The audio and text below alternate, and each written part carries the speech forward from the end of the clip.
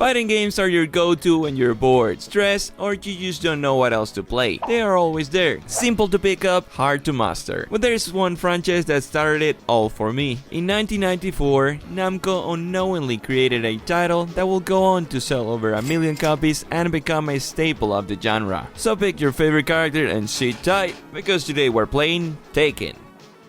The very start of something generational, a game that had everyone talking about it in the arcades 30 years ago, and one that's still present today, and for a good reason. Fighting games were already a simple, accessible genre, but Tekken showed that with a little bit of effort, they could be taken to the next level. I wasn't even born yet in the 94, but the first time I saw that cinematic, years after, I knew I was watching something groundbreaking. A game with real personality, where every character felt alive. There's no need to talk about the menu. What you see is what you get. What we really want to dig into right now is the character select screen. Seeing those original sprites again just smacks you with the realization of how old you are right now. But on the flip side, it's great to see how faithfully this starting cast carried over into what Tekken has become today. Now, the OG crew, 8 fighters to start with. From right to the left we got Michelle, King, who I still can't tell if he's human or not, Jack, Paul, Kazuya, the main character the story supposedly revolves around, if there's even one, Law, which is Namco's way of honoring Bruce Lee, Nina, and lastly Yoshimitsu, who I'm currently covering with my face. I'm sorry, it's just a mask, you're not missing much. Let's not forget, Tekken was one of those games you'd spend entire nights playing with your brothers and neighbors. Everybody huddled around the TV, passing the controller to the next challenger when you lost, which meant having at least one character you were good with was crucial if you wanted to keep your seat,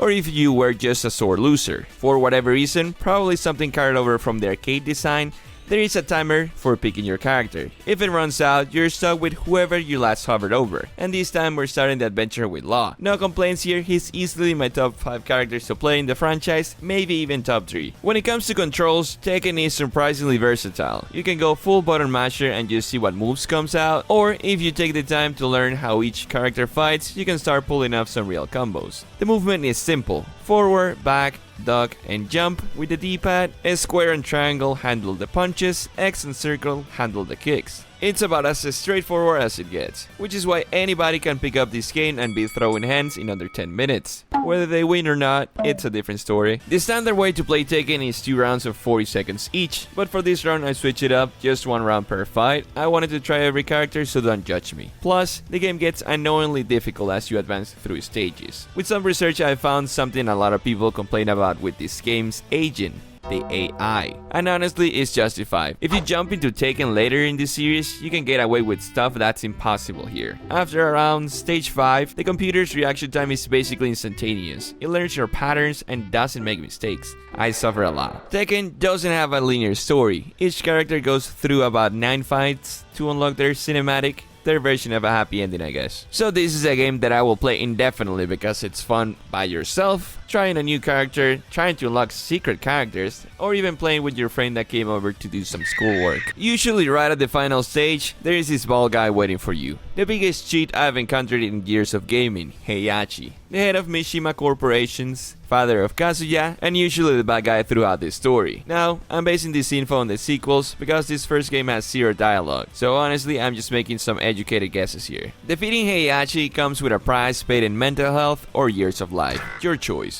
He's insanely fast, hits like a truck, and won't even let you get up or hit the ground with those relentless combos. And just when you think you figured him out, you haven't. The AI's been tough so far, but he really evolves to another level. What I learned on this run is that if you keep yourself right at the edge of his attacks, you can find openings to chip away his health. It's not flashy, but it's an honest day of work. How easy that feels depends a lot on which character you're using. Bald man down, you finished the game. Now you get to watch a cinematic with 0 voice acting, so you kinda have to guess what's going on. For example, you can pretty safely say that Law opened a dojo and became a martial arts trainer. Every character's ending shares the same holistic music for some reason, and then those classic 90s style credits start rolling. Just like in the arcade, you get to write your name, saving your run and ranking you. Not by points, but by how fast you beat the final stage. From here on, what you do is totally up to you. In our case, we want to squeeze every drop out of this game, which means beating the arcade mode with every single character, if we can. This is something really I didn't do back then, because of course you pick your main and you go with it till the end of times.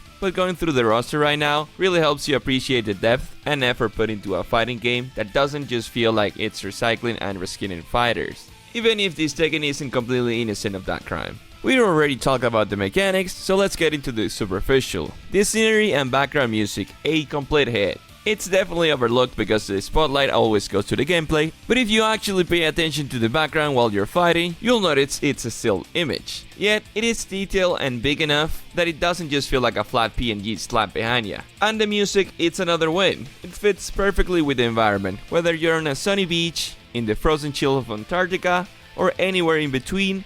It adds to the atmosphere and makes the whole experience more memorable at subconscious level. These aren't the stars of the show, but Tekken always been good at keeping these little details sharp. Every time you beat the arcade mode, you unlock a secret character. Back then, without the internet, chances are you had no idea this was even a thing. Why? Because they would not show up on the character select screen until you scroll way past the main 8 fighters by mistake, or you were just looking for some kind of hidden menu. There is a total of 8 characters you can unlock via beating the arcade mode with each character you already have, elevating the number of playable characters to 16. You got folks like Anna, Ganryu, Kuma, and my personal favorite across the whole series, Lee Chaolan, still rocking some of the same kicks he has today. The number of playable characters goes up to 17 the moment you beat the whole game without losing a single match, and also under 5 minutes and 30 seconds. Honestly, I thought I wasn't gonna be able to, but during my time with King, who is a prolific wrestler, I noticed that you could abuse the throws for a hasty run. A total of 3 minutes and 16 seconds rewarded me with Heihachi Mishima as a playable character. Now,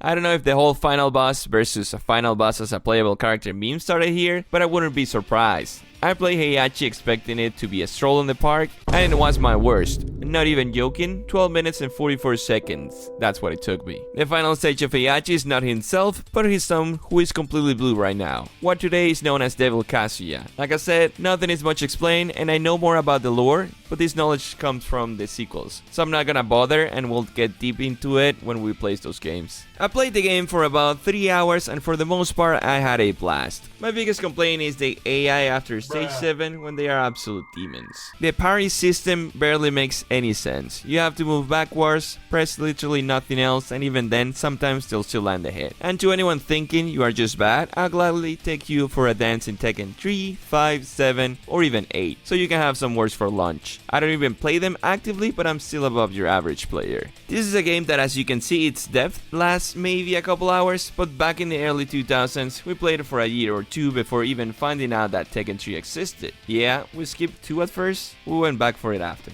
A concept so simple, a genre so casual that it never felt dull or outdated. I ended up beating the game with 15 characters. To unlock Devil Kazuya, you have to fully clear the Galaga bonus game. You only get 1 try, so if you fail, you have to reboot the whole system. Honestly, not worth it for what it's basically just a reskin. I'm still thankful that I grew up with this game because it really did bring me closer to my family and friends through some heated but friendly competition. It's probably where my competitive vein was born. Sure, this run was a little rocky, but the silver lining is that every Tekken game we tackle from here on out is only going to get better. And that's something I'm genuinely excited for. So I'll call it here. That's about all Tekken 1 has to offer. If you liked the video, make sure to hit the like button and subscribe. It helps me out a lot and may help others find the video too. Reminder that you can follow me on my other socials where you can tell me what's your favorite drink. If you don't want to miss the full walkthrough, make sure to join the live streams. I play a couple times a week. Thank you for watching the video until this part, and with nothing else to say, good night.